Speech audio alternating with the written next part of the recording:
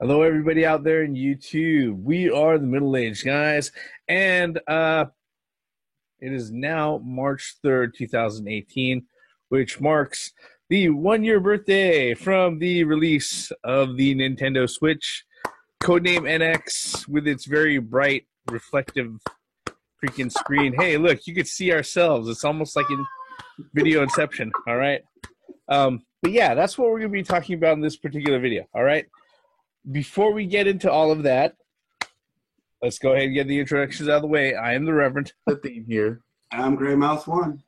Okay, I remember when we first started this out. The funny thing is that when we start thinking about the last year and everything, we can kind of tie together the last year to talking about the Switch, and prior to that, the NX, before it even had an official name.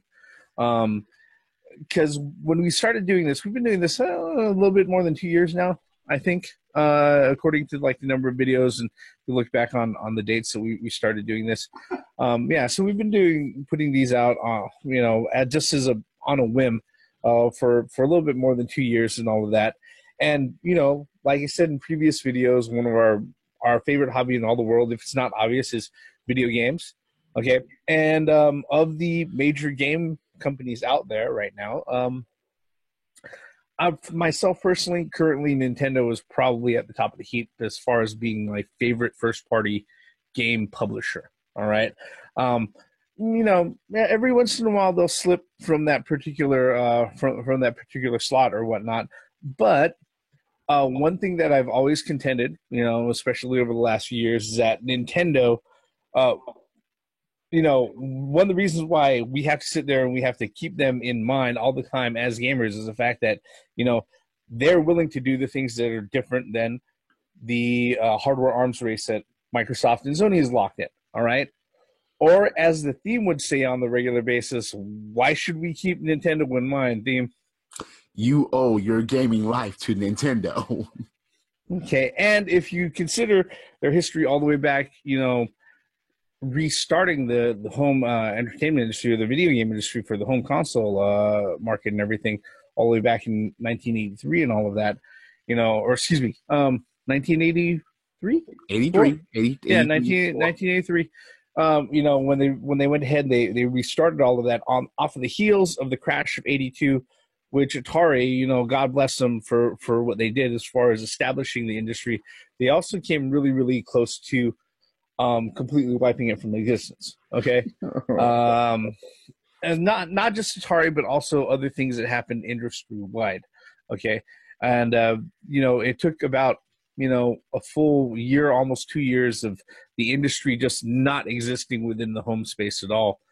Before Nintendo came around, they introduced us to the NES, the Famicom back in Japan and all of that, and they established that yes, video games as an entertainment medium within people's homes was indeed viable. Give that a few years, then the 16-bit race starts. It encourages people like Sega to go ahead and jump into the race. Of course, Sega went ahead. They tried to compete in 8-bit. They decided, all right, well, that's not really where we're going to see success. Came out swinging 16-bit era, which prompted Nintendo. Of course, they had to go ahead and do their reiteration while other people were jumping in over and over and over and over again. Fast forward another 6 generations in time, and now you end up in the current state of video games as an industry, with the Nintendo Switch being Nintendo's, current effort right now. And the thing is that, a big point is that there's, ever since, even before this was the Switch, when this was the NX, all right, this was a very hot talking point for a lot of people out there, even ourselves. You can look back on the videos that we put out, just to go ahead and recap a few things, all right. Initially, before the Switch was even known as a Switch, it was called the NX, all right. The whole thing where the only thing that really came out, according to the patent, that was concrete that people even knew about was the fact that it would be a tablet type device with detachable controllers on the side, okay? And that was the only thing that was concrete. A lot of this, majority of the other stuff was fucking rumors and conjecture, all right? Yeah, it was going to have a cartridge. That was like the only other thing, all right? Okay, and then, come closer to, a little bit closer to the actual day, or around, what was it, 2000, around November or December 2016 was when they actually had the Switch reveal. Yeah. Okay, they went ahead and the Nintendo Switch was aptly named, and then people had a name to go ahead, and they had, titles to look at, look forward to, and all of that. And, okay, Nintendo was coming out, and they're like, hey, look, we're going to go ahead and we are planning to ship initially something like 8 million of these units within a year. And people were saying, that's pretty fucking ambitious, Nintendo, especially since we know that you like creating artificial scarcity and you don't like selling big numbers because you want people to be excited about your shit all the time. That's worth more than the actual money you would get from selling fucking consoles. But I digress. But so they went ahead, $299, 720p screen, docked mode, 1080p cartridges, and the one title that was really at the forefront of a lot of that was this particular game right here, Legend of Zelda: Breath of the Wild. All right, myself and Gray Mouse, we were able to go ahead and get a hold of one of these at launch, and I'd have to say, from my own experience, so far this has been like the little device that Nintendo could. I am very happy with my Switch, especially with the type of things that it's been able to offer me as a gamer. And Nintendo knows exactly what they're doing. Like I said all along, they know that by offering gaming experiences outside of the norm, where it's just, oh, hey, look at the graphics, look at the graphics, give me that 4K, give me all the buzzwords, slap me in the face with that long terafloppy dick of yours, all right, and other fanboy shit that people have been going on and on about. Nintendo, Nintendo went ahead and they found themselves something that ended up being a lot more successful than what even I think they initially expected. Like I said, their initial thoughts was 8 million shipped by the end, within 12 months. Okay, and then later on into 2017, they were like, "We are going to hit that 8 million, so we're going to go ahead and we're going to increase our forecast to around 12 million sold for the first year." And people are like, "No, Nintendo, I think you're still talking bullshit. That's just way too ambitious." Lo and behold, at the end of December 2017, they're verified that right now, I think as of the end of 2017, beginning of January 2018, the Switch has sold over 14 million units worldwide, which they've done in less than a year. All right, and they also, not only did they sell, outpace the sales numbers for the Wii, which is their best-selling console before this. They are also outpacing the sales number for the PS4. And they've also completely eclipsed the total number of units sold in comparison to the Wii U, which was initially released back in 2012. So yeah, in 1 year they sold more units than they've sold for the Wii U ever since it's been released. And right now, as it stands, their amount of momentum, there doesn't seem to be any sign of it stopping, which also kind of sounds like me monopolizing time here. Guys, what are your thoughts on this first year? Okay, who predicted that this would fail? Who predicted that this wasn't going to be shit? who predicted, who were hoping that Nintendo was just going to fall to the wayside and not be a part of gaming anymore and just leave it to Sony and Microsoft and Nintendo to make fucking third-party fucking games. Put their first party on the Sony and the Microsoft and the new Atari box that's going to be delayed forever. No, fuck that. Nintendo, once again, has proven without a shadow of a doubt, that they know gaming. All right, look. Besides the Color TV Game 6, if you count that as a console, Nintendo has been in every single fucking generation of gaming. Every generation of gaming. So how the fuck, regardless of what you thought about the Nintendo 64, regardless of what you thought about the debacle known as the motherfucking Virtual Boy, regardless of how you thought as the Wii U, how the fuck can you count Nintendo out at any point? Why would you even question the numbers for the Nintendo Switch? It has the right setup. It's a portable / console. It has a great lineup of games, and now third party is starting to come back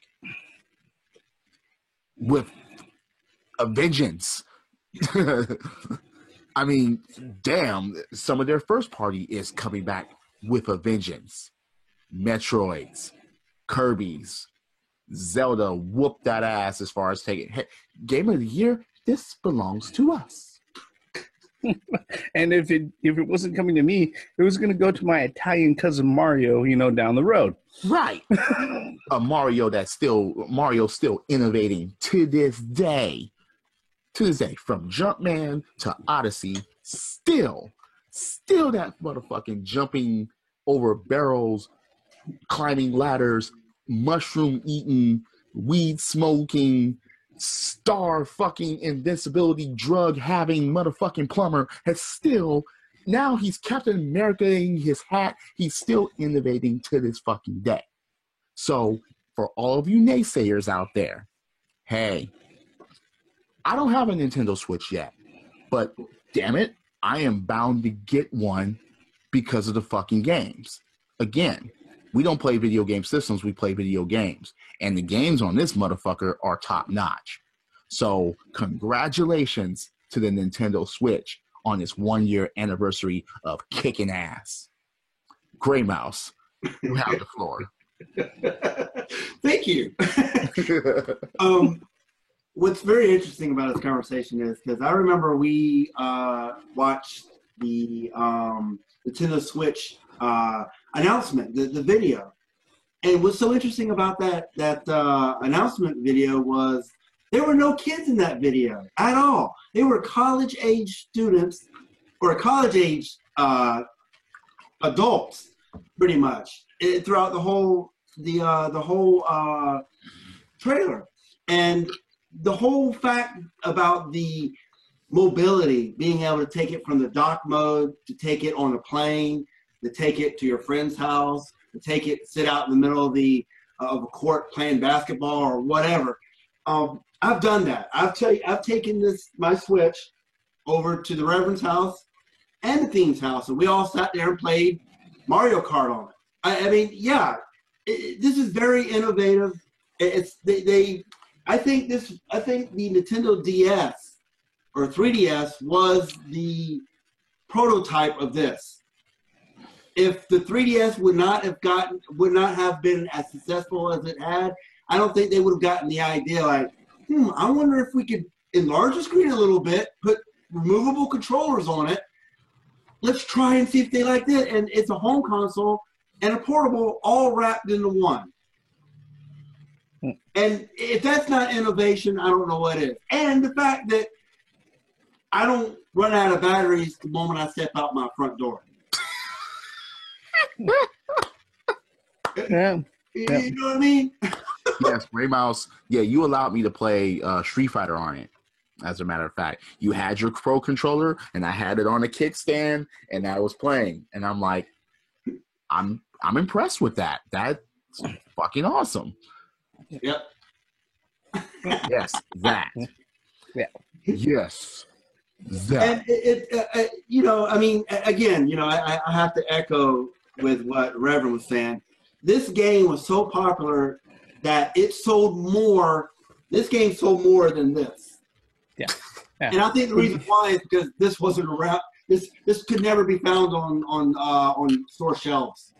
Yeah. But You know, people had copies of this game before they could even play it. It tells you something. Yep. The attachment rate was over 100% for Zelda. Yep. And if you were wondering what a console seller was, yeah, I'm just saying. Yeah, it is pretty funny, like the fact that, you know, Legend of Zelda for the first two and a half months of the Switch coming out, there was over 100% attachment rate on it. So people were picking up, you know, their copies of Zelda. They were like, hey, look, you know, I'm gonna get a hold of the Switch sooner or later. I know I want to go ahead and play this game. So what they did is that they went ahead and they picked it up. Yeah, for a while there it was really scarce, and it was kind of hard to find, you know, Switches out there on retail shelves. But Nintendo, you know, they realigned they focused their processes for producing things and everything else, and they're like, yeah, no, we're gonna. Somebody really sat down with them and told them, hey, look, if we haven't thought about redoing the way that we've actually produced things in the past to make sure that we're not inadvertently pissing people off, you know, we're not going to realign our efforts, you know, now. We've got to do it sometime soon because, you know, people want this, okay? And the more that we have it on store shelves, the more people will buy these things. And, you know, the more they'll pick up stuff like this and this and this, you know, so that was just one of the things, you know. But, you know, it's really kind of funny when we think back on it, like, you know, past like all of the initial estimates that people were saying, oh, you know, that's not going to be the case. I remember when they said that Zelda wasn't going to show up at launch because it was running into localization issues. All right. Just like they said that, you know, the Switch was going to be fucking delayed because they wanted to put VR capabilities on this bullshit. Right? Oh boy! Because of the heads-up display patent that they found on it. God. You know? Which, guess what? The heads-up display patent is being used. You know what it's being used on? It's being used on the Nintendo Labo kits. It is. Yeah, you know. By the way, Gray Mouse, nice deck of cards you had sprouting. Look, I'm just saying. Oh, but there's no support. And the thing is, what's really sad about this, and it ticks me off. Why would I get a Switch? There aren't any games that I want. There aren't any games on it. What ticks me off the most is that there's third party here. Yeah. I'm just saying. Well, okay. Obviously we've had a lot of good things to say about the Switch and what it's done so far, but I will admit, if I'm looking back on it critically, the year hasn't been perfect for Nintendo. All right, no. There are still some things that they can go ahead and they can improve upon, and that I hope they fix within this next 12 months that's coming up. All right, when it comes to the game support for the Nintendo Switch, it looks like they've gotten a real good handle on making sure that they're like, okay, we have a steady supply of games coming out every month. Okay. Here's a kicker. Yes, third party is coming back to it, but I will tell you from experience, and also because of my work and everything else, you know, expect a lot more ports of other games coming to the Switch over this next year. All right, Nintendo themselves. Can I add something to that? Well, not just from Nintendo, but also from previous other third party. Yeah, from previous other third parties. Wait a minute, who cares? Well, especially if those games didn't really sell on the Wii U. Why not? I mean, you took the point that I was about to make. You want the Wii U? Come on. You want the Wii U? Whoa! Wait, why would you get Rocket League for the Switch? Because I can play it portable, you bitch. Yeah. Well, it's not just that, but we've seen ports of stuff like Skyrim, like Doom, and other games that have come out. We should be seeing a lot more ports of some really As solid long as they ones. stay away from that Secret of Mana remake. Well, we'll talk about that later. All right, but the thing with it is that it's just going to be a lot easier for a lot of third-party publishers to go ahead and port an existing title instead of building a brand new IP that's dedicated just for the Switch. All right, that stuff is going to start being developed now. Okay, that's just how that is, and you're not going to see that until like end of 2019, 2020. Just to be completely honest. Okay, Metroid Prime 4. Well, Metroid Prime 4 and all that other stuff. Kirby. No, Nintendo is already sticking with whatever schedule that they have. All right, that I'm not worried about. Okay, but what Nintendo does have to worry about, and what I hope they will fix before the next 12 months is over, is that they've really got to figure out really how they're going to implement the online gaming for this. All right, it's a fully capable device. Okay. The eShop offers a lot of things, but there are problems with it. The titles can get lost in it. Let's not even talk about fucking voice chat. People already know that the device itself can natively support voice over IP. All right, you could run protocol.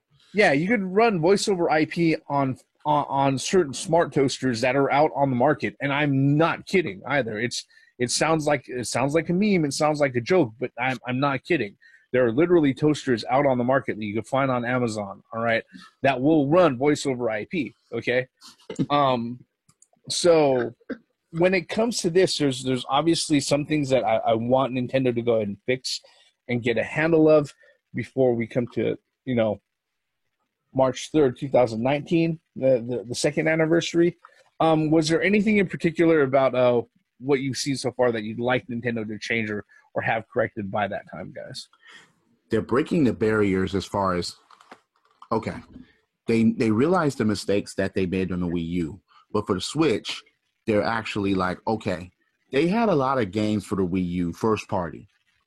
But they're expanding that on the Switch. I mean, yes, there was a Yoshi on the Wii U, but the Yoshi on the Switch looked like it's gonna whoop a lot of ass. Mm-hmm. Wait, there was Kirby on the Wii U, but Kirby on the Switch, once again, is gonna kick a lot of ass. Breath of the Wild, yeah, but people weren't buying Breath of the Wild for the fucking Wii U. They were buying it on the fucking Switch. I mean, I like the fact that their first party is revamped, so to speak. Mario Odyssey. I mean, damn, they just need to cover a couple of bases, which they most likely will within the next year or 2 years. Pokemon is already being developed. Smash Brothers will murder the competition as long as they fix that internet shit that the Reverend was talking about earlier.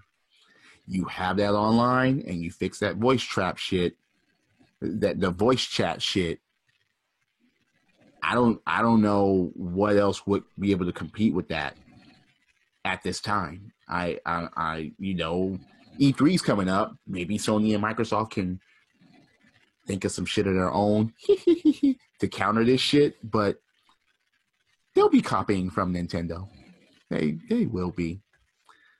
Gray Mouse, what do you like about? You two are the ones that own this thing.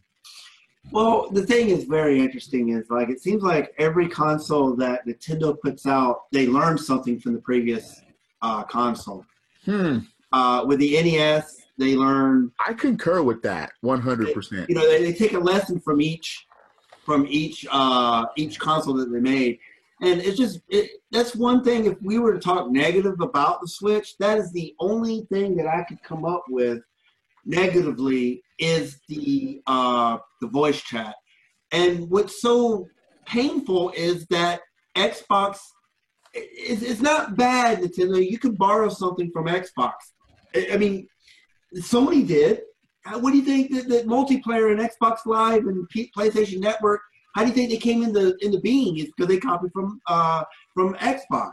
So it's okay, you know. You could steal an idea from Xbox or Sony, and come up with a solution to your voice chat. That's got to happen in the next year, especially if you're putting in these games that will require it.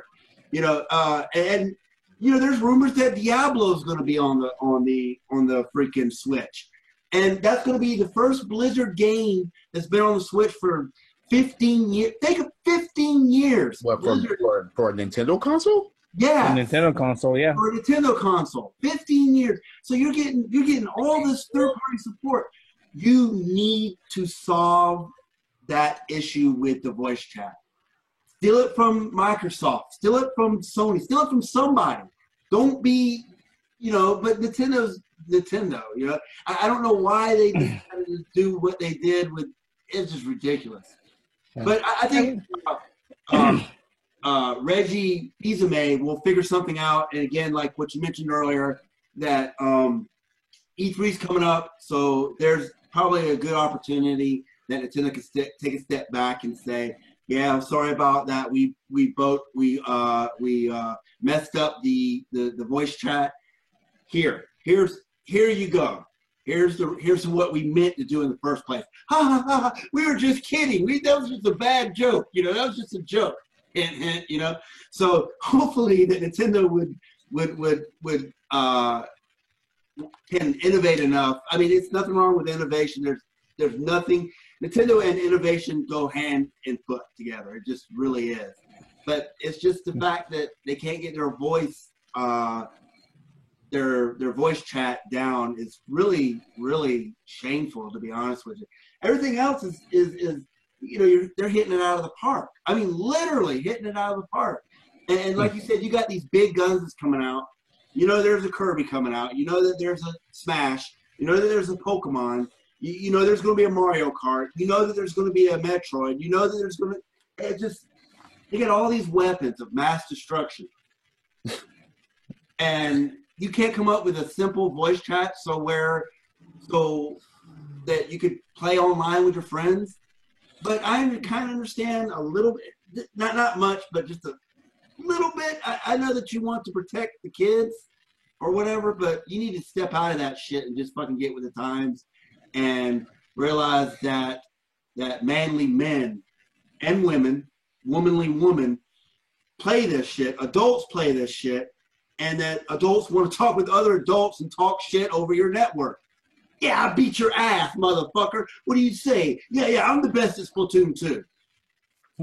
Well, let me just be honest about that, okay? The whole we're not doing this because we want to protect the kids. That's a cop out and a half, and that is complete bullshit. Okay, look, if and this is something that I'm just gonna say, straight out. It doesn't matter if it's Nintendo, Sony, Microsoft, or anybody else saying it. It's look. Here's the thing. This is what I want Nintendo to do. I want Nintendo to go ahead and take control of their online space, all right?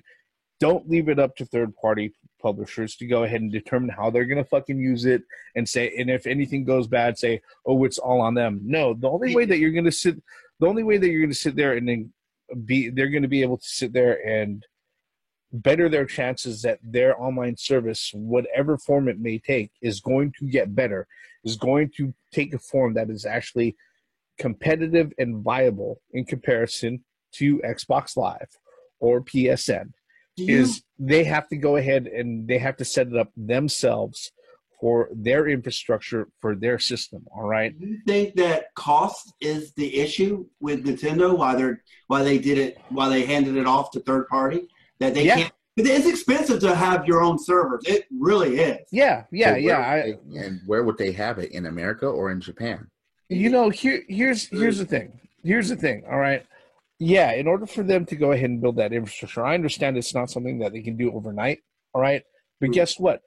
Who out there in Japan or who out there in America or who out there in let's say South America or fucking or in Canada or any place else. Yeah. Who's going to sit there and say no to Nintendo as far as, you know, farming out like bandwidth and server time and server real estate? All right, knowing that, oh, potentially this is going to bring you billions of dollars in revenue on a regular fucking basis. All right. Oh no, but Nintendo, they're some sort of garage door company startup. No, that's not the case. Okay, I mean, there's a lot of things that happened over this last year, but like I said, it's not without flaws. If Nintendo, here's the thing, the way that Nintendo is envisioning that this is going to be is that unlike your PS4, unlike your Xbox One, you're going to have multiple of these in your house. All right, there are going to be multiple adults, multiple kids, you know, with these in their house. Okay, they're treating it as a portable device as far as ownership and attachment goes. And guess what? Because of the versatility of the device, it's very realistic that, you know, you're going to have people with more than one Switch in each household. All right. And that's really kind of what they're looking at. Okay. You know what's interesting too is like what you said is that Microsoft, we know, has bottomless pockets. I mean, it's Microsoft. Sony's a little bit more on the conservative side. They have certain parts of their company that's actually it's in the black. PlayStation 4, for example. So they have a little bit of expenditure. But the thing is with Nintendo, again, I think the thing said is Nintendo is, out of all the gaming companies, Nintendo is the only company that is only gaming. That's all they're not, that's it. Mm-hmm. Just a gaming company. So they have nothing to pull from to have funding in order to set up a infrastructure, an online infrastructure. And I think that's one thing that's causing Nintendo to try to pass it off to a third party, is because of that very thing. I mean, that very well could be the case. Well, while I do recognize that that's a cost-saving measure, it's also very constrictive as far as the type of where they could potentially put it and how they could potentially fix things for the Switch. All right, if they constantly want to go ahead and they want to pawn it off, if they as a first party are thinking that this is way too expensive, I want to go ahead and pawn it off to third party publishers to go ahead and handle it. The third party publishers are even worse when it comes to penny pinching, so they're going to do even less than that as far as the minimal of whatever they have to go ahead and set up to get it working for that one game. Okay, why third party publishers that shit in the first place with the fucking voice chat. Yeah, you know, third-party publishers don't even sit there and think about, you know, setting up infrastructure for multiple games across their fucking library, all right? At least the majority of them don't. Mm-hmm. Yep. So what do you think they're going to do they're not going to sit there and set that shit up for the Switch. You know, that's Nintendo's responsibility, and really that should be one of the things that they take care of, all right? But that all said, first year for Nintendo has been rather eventful, you know, a stellar year. And, you know, if there's any indication about the type of success that you see, both critically and financially, you know, they mopped up at the DICE Awards, all right? They had the Nintendo guy come out over, like, the 40 minutes that they had it aired and recorded and stuff like that. That guy was on stage for, like, almost 30 of those fucking minutes. So, yeah, they really mopped up. So, you know, Nintendo, I don't want to say Nintendo's back. Guess what? They never left. Nintendo's just back to reminding everybody, yeah, this is what we do, and we do it really well. All right. With all of that said, happy birthday, Nintendo. Happy first anniversary. We raise you a glass. Yep. Nintendo Switch. Cheers. Cheers. New Pokemon. Rush that. New Smash Brothers. Come on. Damn. I mean, come on. Just come on. Can't wait for the new Yoshi. Oh, that Yoshi looks great. If you guys get that Kirby, I gotta see it. Please. Yep. Well, actually, you could probably, wow. You could see it more sooner than you think. Okay. I'm just saying. You know, that right there is pretty much our thoughts on the Nintendo Switch. Happy first birthday. What are your thoughts, folks? You tell us by leaving us a comment below. While you're at it, mash on that like button. Or if you really didn't like it, go ahead and mash on like. I won't blame you. Whatever you do, leave a comment.